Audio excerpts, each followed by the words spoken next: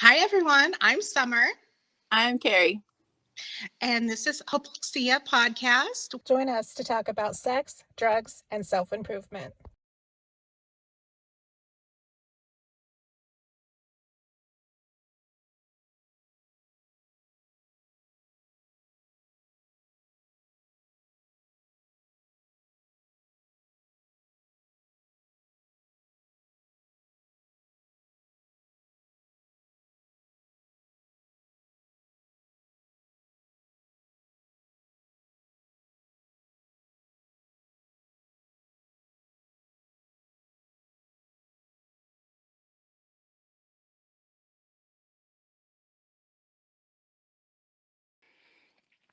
Okay. So, forgiveness. You wanted to talk about forgiveness. Yeah. Well, because I guess we should probably preface by telling listeners that y'all had a post about it and talking about, what do we do with people that don't deserve forgiveness? And do we have like some kind of like moral or obligation to Right. forgive them anyway? Yeah. Yes. And I think it's important to, a lot of times we talk about this subject without talking about the tie-in with religion Hmm. that makes this one so pervasive and two so harmful. Because the line I get a lot of times when I tell people you don't have to forgive, that is not a requirement. It is not, sometimes it's actually harmful to your own Hmm. mental health, is forgiveness is for you. It doesn't mean um that you're letting them off the hook for what they did or anything like that. That is so intellectually dishonest when it is coming from the church, because when you're saying Jesus forgave you and it's absolution for what you've done, but then you have to forgive other people. That is People. absolutely what you are saying, Yeah. that they are not no longer that they don't need accountability for what they did. Yeah. And that is And so yeah. dangerous. And so many of the writings about forgiveness do invoke the Bible and I've noticed that a lot about like forgiveness and boundaries are two places where most of what I read when doing my own research for my own writing were so heavily indoctrinated with church stuff Yes. that like I immediately had this visceral oh no thank you reaction to. And I do talk about forgiveness with clients, and I do talk about it as forgiveness is something that's for you, but not in this way of you need this for your soul or whatever. Hmm. But and I've written about it in my anger book and a couple other places. And I talk about forgiveness as a selfish process, not in it's the releasing the emotional attachment to the harm. And that's a different thing. And we could even call it a different word. I use forgiveness because it's the word people know. And I do tell clients all the time, I'm like, you do not have to forgive anyone. I'm not going to push that for you. You might find that you are able to let go of the emotionality behind it. And that's going to be something very akin to forgiveness of just like, okay, yeah, that's a thing that happened. And by letting go of the emotionality, not getting so activated by anymore, does tend to help us hold boundaries better. So it's not about absolution, it's not about letting someone in their life, it's really not even about understanding what they did and why. It's about I don't want to have an emotional tethering to this motherfucker anymore. And I like thinking it of that way. And some people do find that to be helpful because when we hold on to the negative emotions, that does affect our body in physical ways. Right. Now, I do think that is helpful. I just wish we had a different word for it, because when we Yeah. call it forgiveness, then we end up getting it gets conflated into that religious idea that's so Yeah. harmful. And I created like this whole forgiveness model around it, which, none of this is particularly interesting to listeners, or they can look it up if they are, but it really more is about that. And, that's where something where like Buddhism, as not as even a form of spirituality, but as a form of psychology, can be helpful because we do have a tendency. So, like when the Buddha said, don't have attachments, you see a lot of like bros, particularly me, like, yeah, man, you just have to be like above it all or whatever and not worry about stuff. And that becomes a way of not having any empathy, not having any like political discourse, not doing anything to make the world better. And what the Buddha said was the opposite of that. He was like, be less attached to outcome. Go do the shit that you're supposed to do. Be a good person in the world, but you can't control other people, and you're going to get real fucking butthurt if you try. So don't have attachment to what happens. Just the only thing you can control is yourself in this response. And so one of the things that he also talked about, it was called Shempa, this idea of hook, that we can get hooked into other people's bullshit, and that's not good for us either. So I don't know what the anti-Shempa would be or something. But I think for people that are struggling with the idea, when I talk about selfish forgiveness, it's not carrying somebody else's story and what they did to you anymore is something that belongs to you. It belongs to them. Fuck them. And letting go of that. And I mean, there have been people that I've forgiven and I really have understood what they did and why they did it. It was wrong. It was fucked up. But understanding it helps me not be that person. And so it can be helpful from that space. If I look at like family lineages of things that have happened in my family, got passed down from generation to generation, understanding where that came from helped me break the cycle, but it didn't make their behavior any better. And honestly, the boundaries got better when I was less emotionally tethered, when I wasn't hooked in anymore to, I need them to understand. I'm attached to outcome. I need them to suffer. I need them to know how much they hurt me. They don't. They don't give a fuck. They can't. Right. And I had, letting go of that and just be like, you know what? I'm just done with it. They can do whatever the fuck they want. And, so when I talk about forgiveness, I talk about it from that sense of I've done the work on this to let go of it. Yeah. I have a friend that I've been trying to explain that to because she's struggling with dysfunctional family who doesn't believe in boundaries. And so she keeps trying to explain to them why why she set her boundaries the way they are, why they should respect them. I'm like, it's not that they don't understand what you're saying. They don't care. They don't care, and they're not Yeah. going to do it. So you need to just accept that that's how they're going to be and Mhm. proceed accordingly. Don't give Yeah. them all that extra information to weaponize, lean Mhm. on someone else in your life for that part. I Or think she'll eat get there. shit. Yeah, they're telling you, you're saying this is because the boundaries are not about what we're asking other people to do. It's about what we'll accept in our own lives. Yeah. Right. And so you can't say, don't share my business. If they're going to share your business, don't give them your business to Don't share. right. Yeah. Exactly. Yeah. And so I think she'll get there. It's just been slow. And I remember going through that too, trying Yeah. trying to sort that out. It's hard. Yeah. But hopefully she'll get there and process through that emotional. I need them to understand. Yeah, Please. they don't. They feel the sense of ownership of you. And I mean, I tell clients all the time, they're like, well, I want my partner to do this, and they're telling me they're not going to. And my response as a therapist is like, well, you know what? That's information that you needed about them. And so now you need to decide if that's something that you can live with or not, because they're telling you no. And The so you phrase can't, right. The yeah, phrase I always use is that a deal breaker for you? yeah. Are you going to be okay with it or not? You've got to stop trying to argue them into doing it because they're not going to do it. To do it, you have to set the boundary yourself and remove yourself. Like you can't, if you have a partner that relapsed and you can't tell them you need to be sober in order to be with me. You can say, I need to be, if somebody in my life needs to be sober and they're not, that's not a safe person in my life, and so I can't be around you while you're using.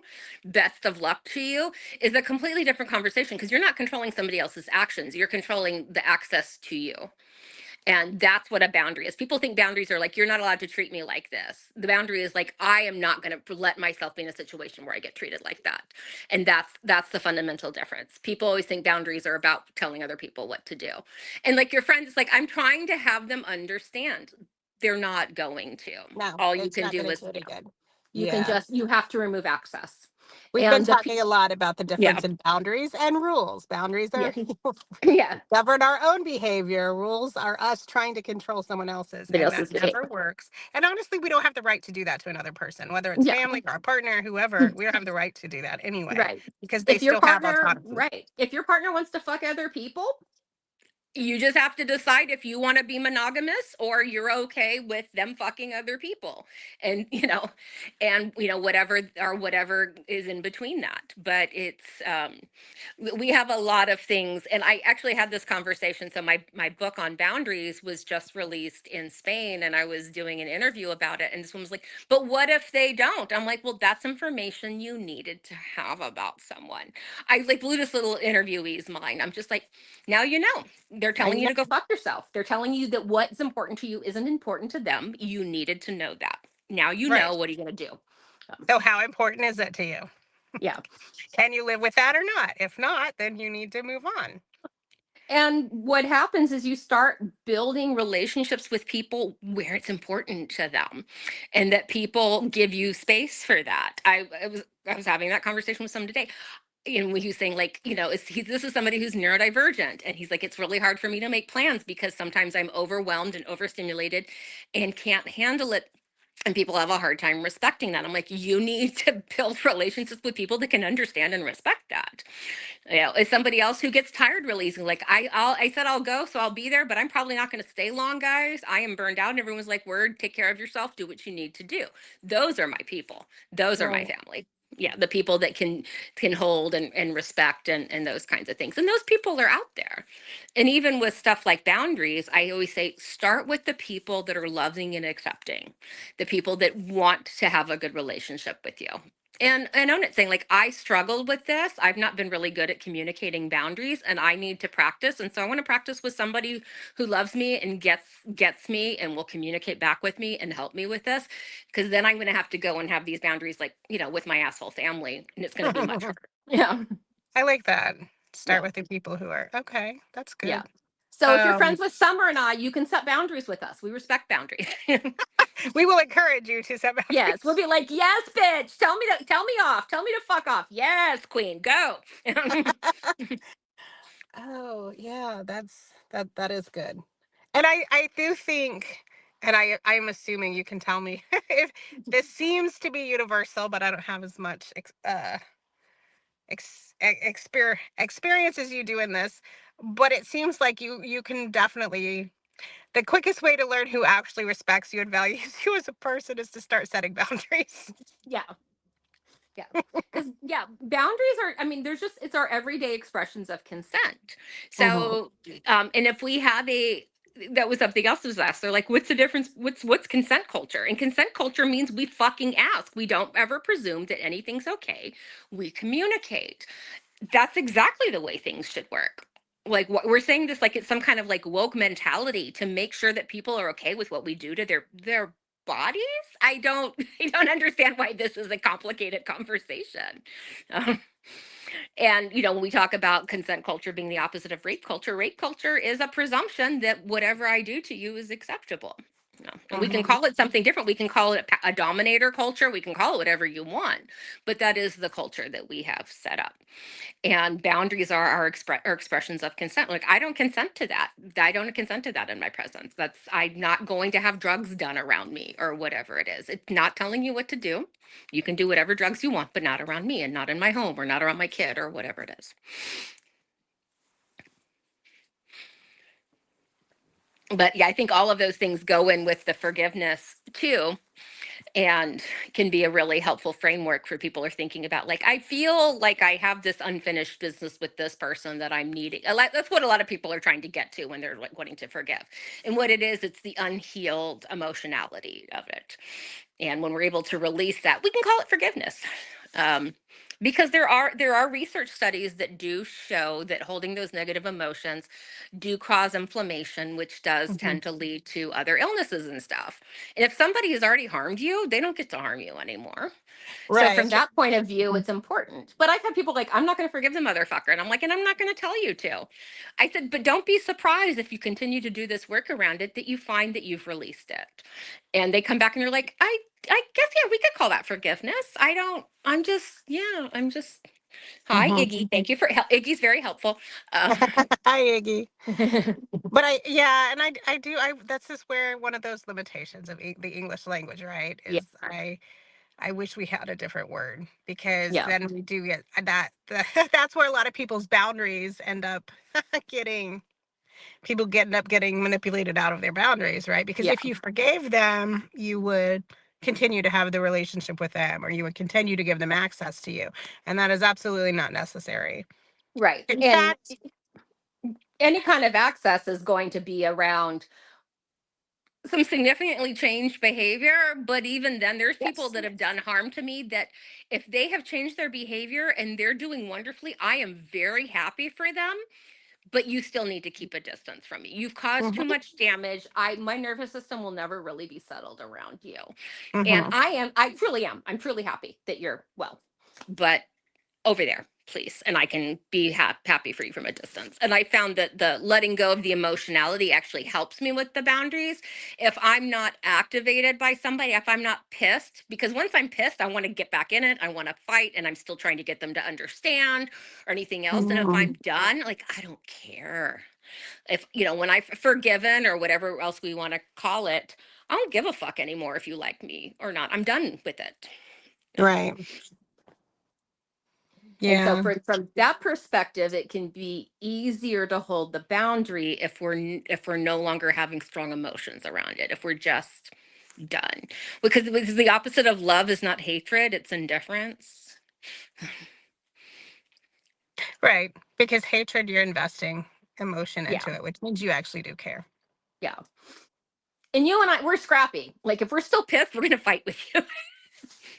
And so it's much easier to get hooked back into that shit if we're mad versus like, Learning oh, okay, to learning to not engage and yes, escalate was probably the hardest thing yeah, I've ever done as far as the emotional trauma work. yeah. Because we're also so used to being misunderstood, and then we tend to over explain so we can be understood, and that makes sense for like these childhood type trauma wounds, is that we were really not ever understood. And we're talking about adult situations they fucking understood. They just didn't care. A lot of times, like we're not going to convince them to love us differently by understanding our perspective differently. They're protected against it. And So, is there an underlying component of that where it's that we're actually that's what we're seeking is them to love the love and acceptance from them that we haven't gotten, particularly when yeah, it comes to or our and just this families? level of like we want people to understand, like, you hurt me really bad and I want you to demonstrate that in some way. I want my mea culpas. I want the change behavior, and that rarely happens, and rarely happens on a timeline that that makes sense to us. They probably need the world to beat them up a little bit more, or they're well protected against it. Nobody wants to think of themselves as a shitty person, so they're going to defend it. You were the shitty person, you deserved it, it wasn't intentional, it was a joke, I was Did this, the I best was I that. could. Yeah, whatever, like, I'm sorry I tripped and my penis fell in someone else's vagina, like whatever it was. Don't you um hate when that happens? I know, like, all the number of dicks that my vulva has landed on just because I'm klutzy, just like all the fucking time. That was just the 90s, wasn't it? I'm envious. Yeah. Just a klutzy bitch. um whatever it is, and we don't really ever get that, like, that emotional release that we're looking for. And that's where, um you know talking to peers that have been through it, working with a therapist that's not, pushing you into some Judeo-Christian sense of forgiveness, or Right. group whatever. And also, like figuring out how to let go of that. I mean, a lot of what I do, and you probably do too, is telling people, like, you need to sometimes have scripts when they're like, well, you blah blah blah blah. You're like, okay, well, be that as it may, I'm not available for this conversation. Be that as it may, I can't prove a negative, so I can't help you with that, and I'm not available for this conversation. The kind of neutral, like, broken record type statements that I don't want to have to block you because we share a kid or whatever it is, but I will if I need to. If you continue to pursue asking me about this, then that's what's going to happen next, because I'm not going to be available for this conversation. And that's really hard to do. That's the fucking boundary, is I'm not available for this conversation. You can have that conversation, but not with me, right? You can talk Mm-hmm. shit about me to whoever you want. And I've also had people worry about that. I have bumped into, and I'm old enough now, you probably have too, is like people know who I am. And Mm-hmm. so if somebody tries to stir shit and be like, oh, Faith did this, that, and the other, people are like, yeah, no, she didn't. I mean, the best the best course of action we can have is to be an authentic and congruent person in the world, and that will speak for itself. And so if people are talking shit about you, the truth will come out. And it's really amusing to me when I don't have to say a word at this point. If somebody tries to say shit about me, everyone's like, yeah, that didn't happen. Or, oh, yeah, that probably happened. What'd you do? You know, Right. kind of issue of like, if you live that kind of congruent life, who you are will show up and people will figure out who you are. Hey, no, we're not fighting during podcasting, guys. Come on. It's a man, of course. It's my little orange boy here that my son rescued from Boeing. He has to harass the girls. Of course, of course. Yes. I think my one of my friends recently told me, which I didn't realize at the time when I said it to her, how big of impact it had on her. Um, but she reminded me, she's been starting to set boundaries and do these things, and she reminded me that several years ago I told her, because she was worried about what these people are going to think and what everybody's going to think about what she does if she sets boundaries with people.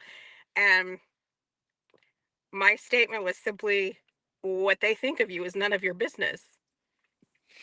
That doesn't need to be factored in. Is this boundary what's best for you? If it is, go with it. Or And if you apparently, decide to, yeah. And if you ap- decide to let it go, do it consciously. right. And If you apparently say, that had a huge impact on her and has helped her set boundaries. of So, like, oh, yeah, I don't actually have to worry about what other people think of me. And I've had that conversation too. Like, well, yeah, but if they don't respect me, but they pay this bill.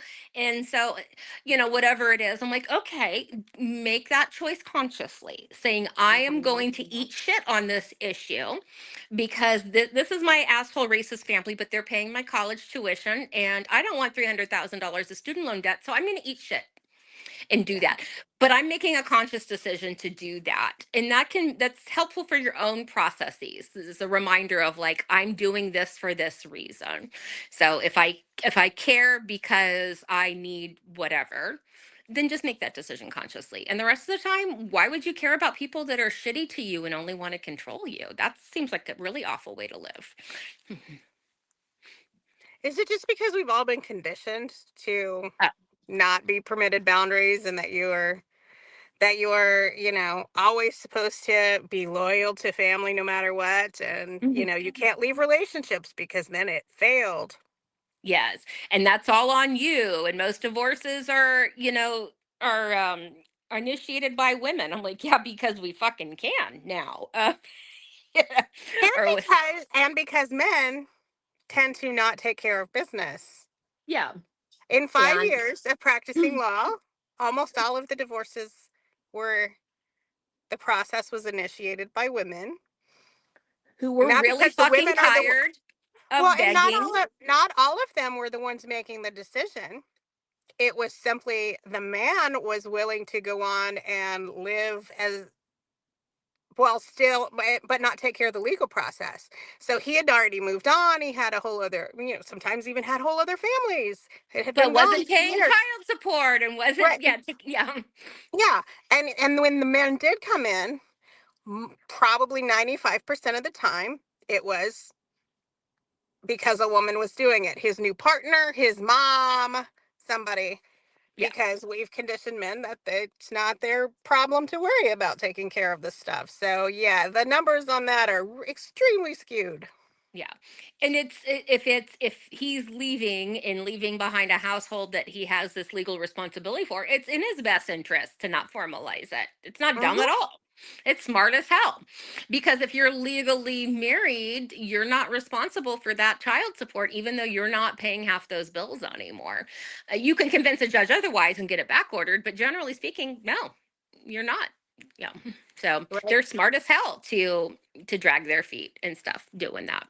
And it gives them just as much power as far Mhm. as all the decisions. Yeah. And so they can keep that control in that situation as well. And they're like, I don't want you going and get your nails done on like that $147 a month I'm getting. Yeah, man, I'm just going to Aruba on that shit. Thank you so much, baby daddy. Why do they all think they're overpaying? And every time I have a conversation with one of these men who complain and, oh, we should have to put it on a debit card so I can see where you use it and all this nonsense. And then I'll ask them, like, what do you think we're doing with, the fortune you're giving us? They start citing things like NBA players paying millions of dollars. I'm like, what does that have to do with To you? do with you. Yes, you're paying like $300. Her rent alone is $1,500. Like, yeah, Mhm. you're not. You're keeping her head maybe very slightly above water, if anything at all. Yeah. Yeah. And of course, the system is set up. I mean, I don't know what is in Oklahoma, but in Texas, as long as you pay once a year, you can't have your parental rights terminated. Like parental rights and child support have been divested from each other, and you have to have Mhm. not paid for an entire year before that can be, grounds to terminate parental rights. Even In, O- like, in Oklahoma, you cannot terminate parental rights at all unless it's through a deprived child action, which means the child is in foster care, or there is someone else ready to adopt that child. So yeah. you can terminate it as part of the adoption proceedings. Otherwise, you can't. They could go 18 years without paying child support, and you still can't Yeah. terminate the parental rights. For my oldest, I did it with, and like what their dad did was pay once a year. And it was literally $197. That's all he ever had to pay. And he would pay once a year. Wasn't even seeing our kid, but didn't want to lose custody. Like in his mind, he needed to have that. And so I waited until that 108, $187 built up enough to where I could have one of the private companies go after him, and they will actually do like liens on everything you own and stuff. And I'm like, all right, bestie, like this is what we're gonna do. You can terminate your parental rights voluntarily, and I will cover all the expenses for that, or I'm going after you.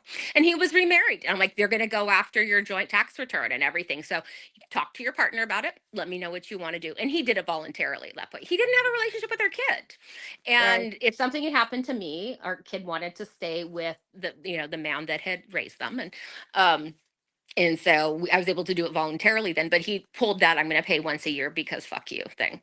Because I had offered him termination. Like, he's like, I don't want to pay child support. I'm like, well, cool. Just sign away your parental rights. And this is my kid now. He's like, well, I don't want to do that either. What do you want? I want to pretend that I'm this wonderful, loving father without actually being a wonderful, loving father. What is the root of that? Why do they do that? My um the adoption of my older daughter, that was the thing that her mother said over and over. I don't want to raise her. I want her to stay with you. I want you to raise her, but I don't want the adoption to happen because then I won't be her mom on paper. Yeah. Like, well, why do you need that then? Like, but it's this idea of like what I want my story to be, what I share with other people. And I think that was something that he was telling his family that he was very involved, and obviously wasn't, because when they paid the child support, I got it. um so I think part of it too was what was going on with his family at the time. But it was like who I want to appear as versus who I actually am.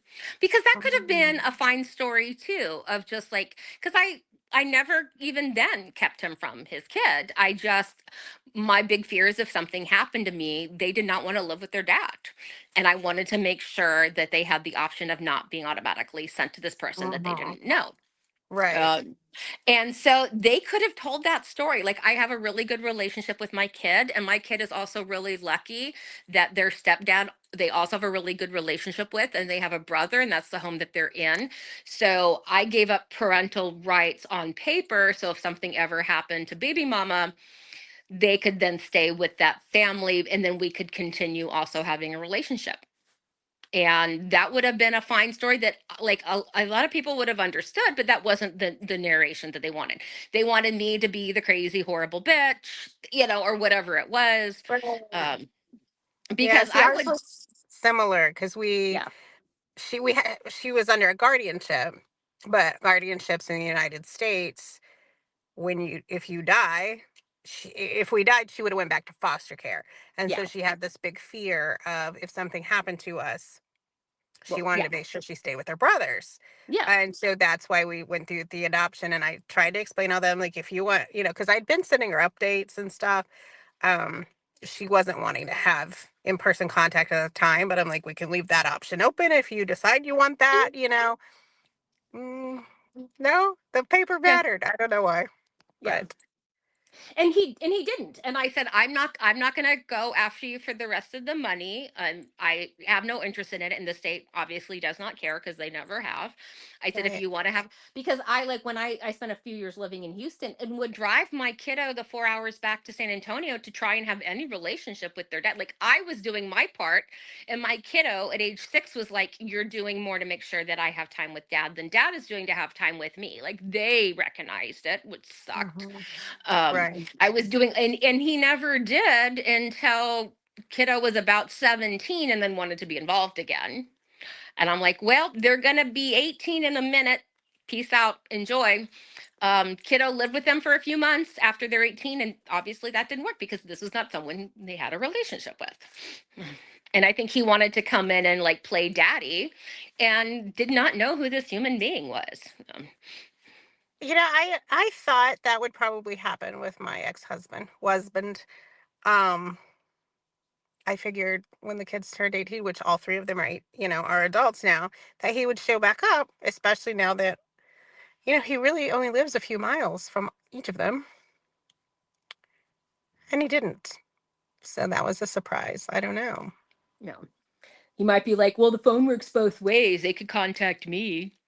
Well, they have. I Oh, contacted him even through their phones, obviously, because I'm sure I'm blocked.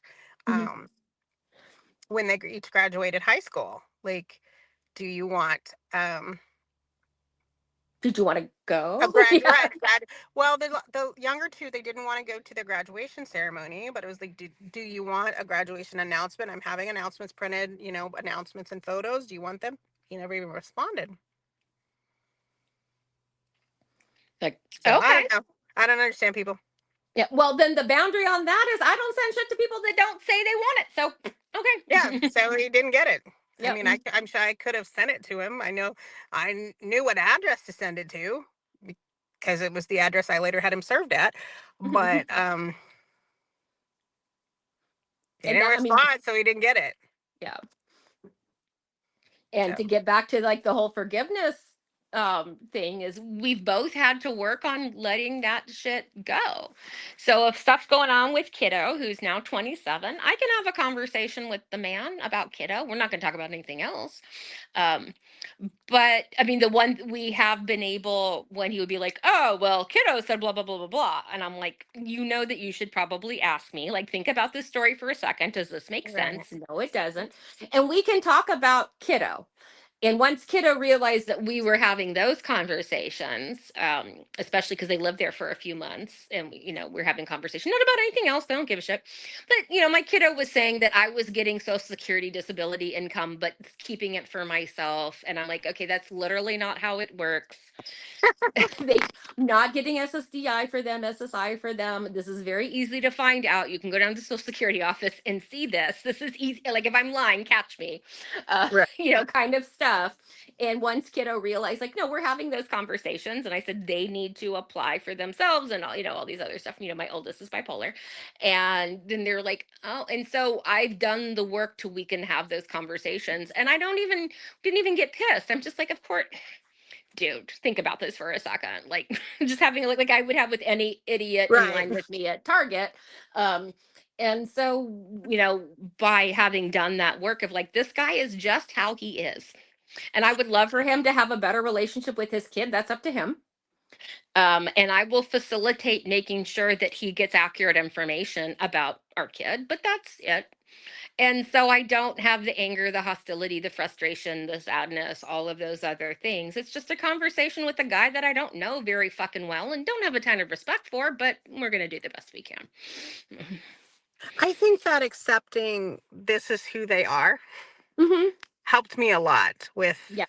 everybody, just across the board, just dealing with people and not internalizing their behaviors because they really have nothing to do with me, Yeah, right? And if this is how they are, then I need to proceed accordingly with how I deal with them and how exactly. much access I give them, things like that.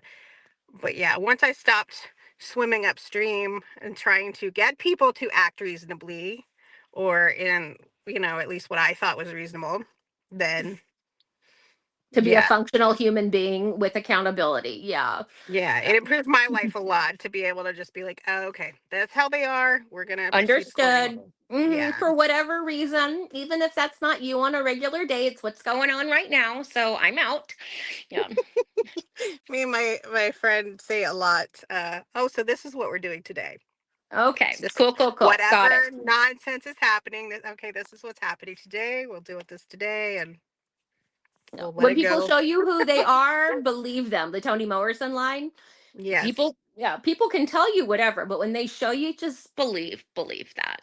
Yeah. Well, I was talking to someone recently online about that because I forgave him. He did this. I forgave him. He did it again. I'm like, okay, you forgave him half a dozen times, which I think it was having other partners. And I'm like, what you did was you just consented to keep going on this merry-go-round. Yeah. You don't go back on promises, no matter what the issue is. If you want to consider, because they were asking, they'd been apart, and he says he's better now and he's going to do better. I'm like, okay, but has he? And what does that look like? What is Right. the Like, plan for that? they need to Yes. make those changes and maintain them apart from you, not Hmm. with it being a condition of getting back with you. They need to It change needs to be themselves. something that he's doing to be a less shitty person. Yes. And it Yeah. needs to have been maintained for a long period of time before you even have this conversation. Because prior to that, it's just manipulation. Yeah. You don't go back on words. And this is my issue. This is where this ties into forgiveness with apologies. They didn't say they were sorry. I don't want them to fucking say they're sorry. I mean, they can, but those words mean nothing to me Yeah. if you aren't changing your behavior. Right. I want you to change your behavior. And show me that you understand that this is a necessary thing for you to be a better human in the world, not just because you wounded me.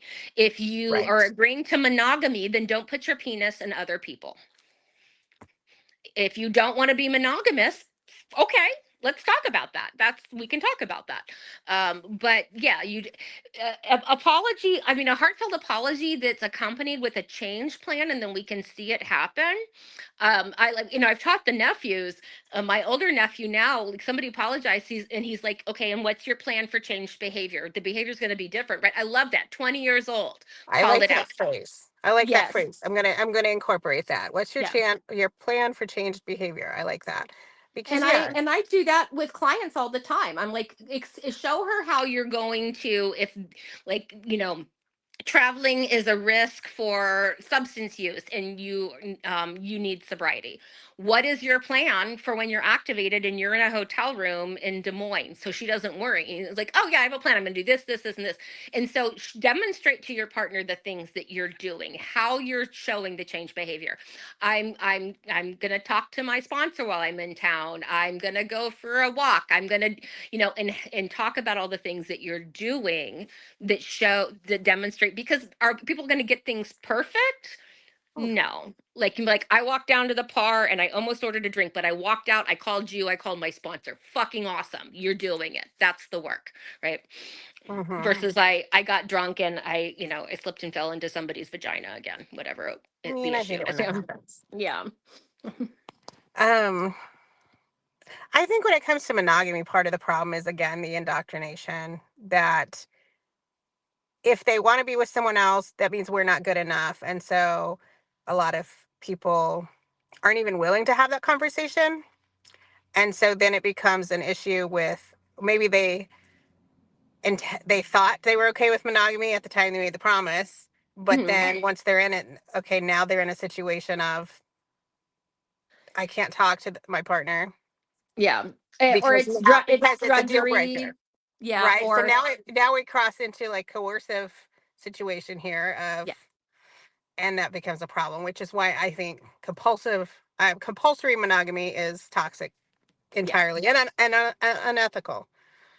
So it's interesting. I mean, the research, when you ask people, do you consider yourself monogamous or non-monogamous, whether they're practicing monogamy or not, if you poll people, about 50% say, that they actually would consider themselves non-monogamous, though they are practicing monogamy in that situation.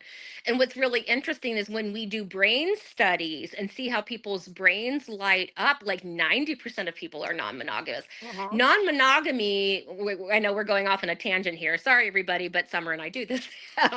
Non-monogamy is the common human condition, and it didn't just make Yes. sense for men, it also made sense for women, femmes, non-binary people that had babies, whoever that was, because not only was it about, spreading your seed, which is the idea for people that have a penis, but if you were the childbirthing person. So what's interesting is men are we're talking cis men, cis women, of course, but cis men are far less likely to kill their own offspring, but very likely to kill another man's offspring. So if Mhm. there's a chance that that's your baby, and there's a chance that, like, there's a few men in your village that might be their baby, all of those men are going to protect that baby.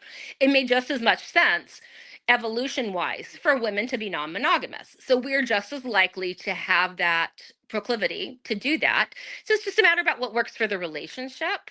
Um, and my last relationship, we were monogamous, but was always available and I've been non-monogamous and monogamous both. It's always been about what suited that particular relationship in that point in time. Because non-monogamy, doing it healthily, is a lot of work. And it was always like, if that changes for you, if you want to be with somebody else, just come talk to me about it. That's fine. We'll just figure out how that's going to work and set the ground rules. And when people would ask Joe, hey, are y'all non-monogamous? Like, how would you feel if I asked Faith out or whatever? He would be like, I don't make decisions about Faith's body. You should have that conversation with her. And if she's interested, she and I will then have that conversation. Like, that was, which is king answer. That's a king answer. Mhm. That should be the answer, is like, well, that would be like, if you want to ask them out, you should probably talk to them about that. And if they're interested, then that's a conversation for us to have. So I think even if you go in with an idea of monogamy, you should be open to what that's going to continue to look like and how that might change with time, because the nature of relationships change with time, and being open and realizing that we're really wired for non-monogamy at least might give you some permission to have feelings about other people that are worrisome for you or whatever. Okay, you mentioned the feelings. Yeah. Something that has been really irritating me lately. Feelings, they suck. We Yes, don't have feelings feelings. anymore. I hate Stop feelings. it. No, No no. feelings. This concept of emotional infidelity. And when you boil down the definition, it is literally any deep connection with anybody outside your partner.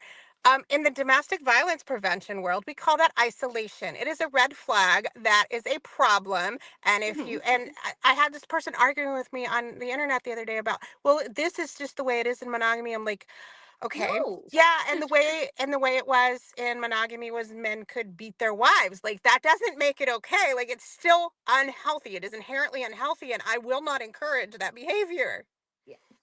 And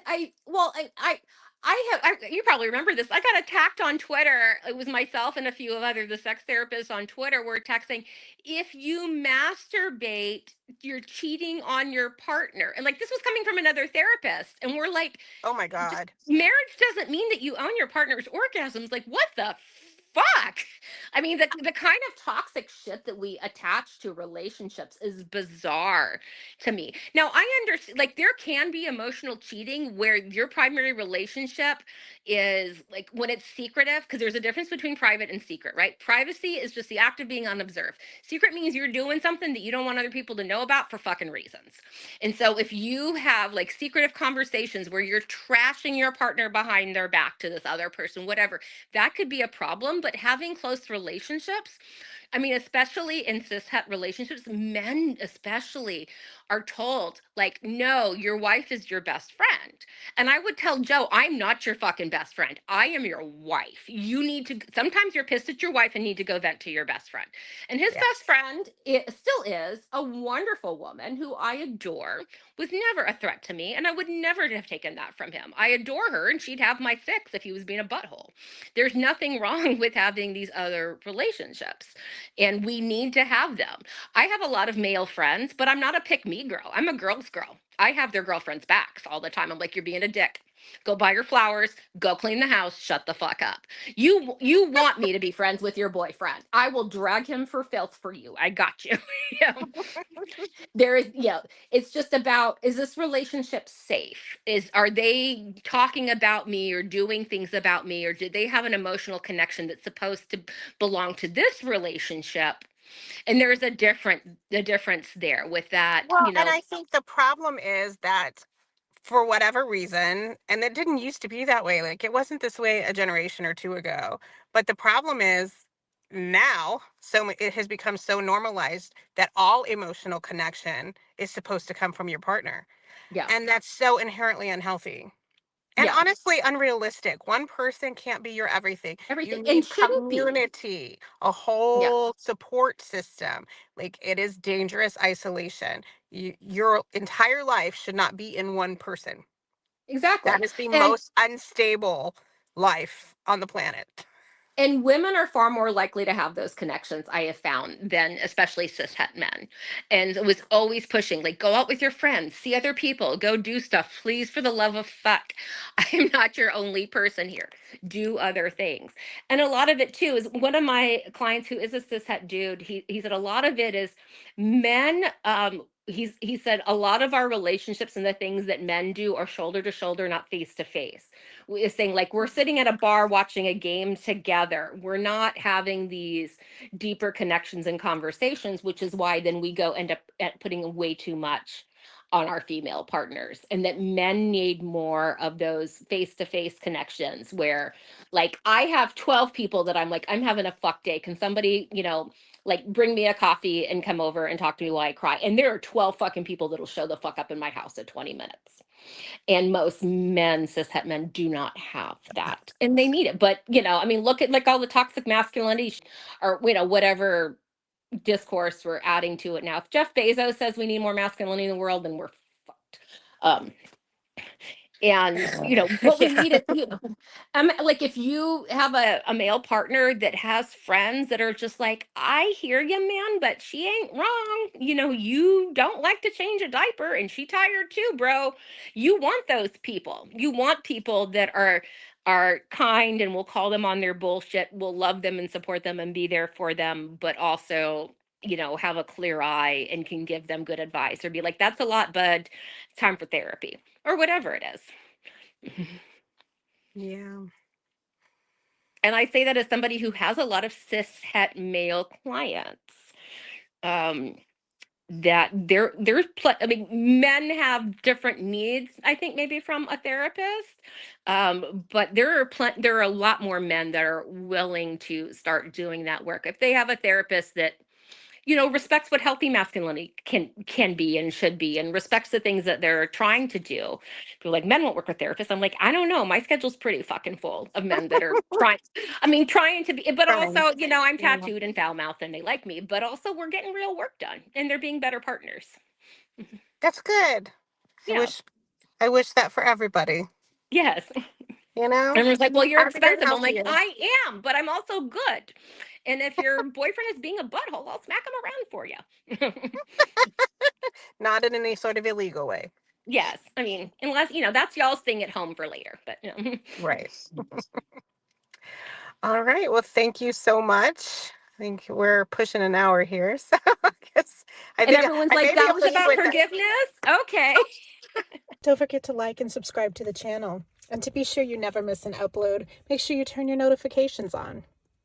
And please come join us on social media so we can continue these conversations in between episodes.